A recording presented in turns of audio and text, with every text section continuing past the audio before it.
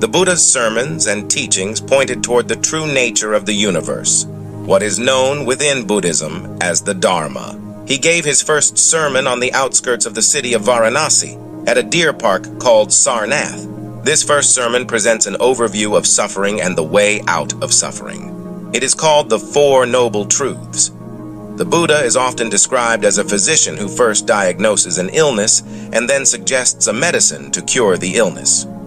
The Four Noble Truths follow this pattern. 1. Life involves suffering, dukkha. The illness that the Buddha diagnosed as the human condition is dukkha, a term often rendered in English as suffering or unsatisfactoriness. The Buddha spoke of 3 types of dukkha. First, there is the ordinary suffering of mental and physical pain. Second, there is the suffering produced by change, the simple fact that all things, including happy feelings and blissful states, are impermanent, as is life itself.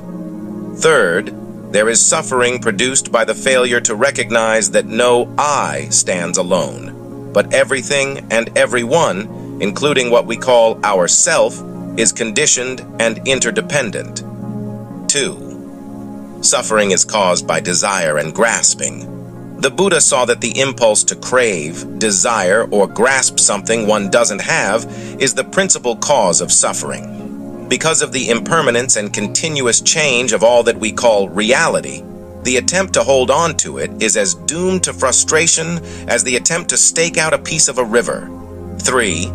There is a way out of suffering. This is the good news of the Dharma.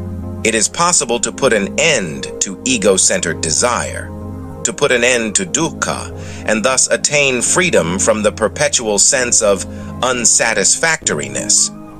4. The way is the Noble Eightfold Path.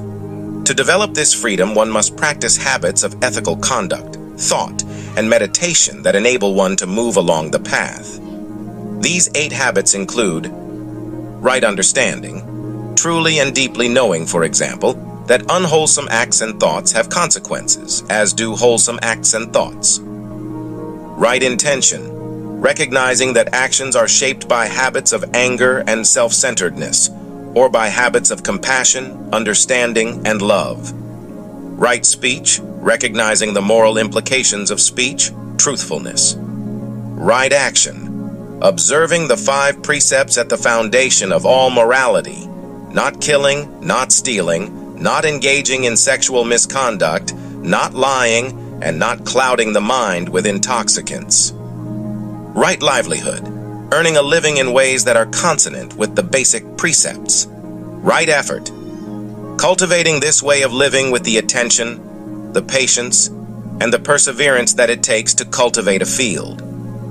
Right mindfulness, developing presence of mind through the moment-to-moment awareness of meditation practice, including mindfulness of breathing, mindfulness of walking, and mindfulness of bodily sensations. Right concentration, developing the ability to bring the dispersed and distracted mind and heart to a center, a focus, and to see clearly through that focused mind and heart.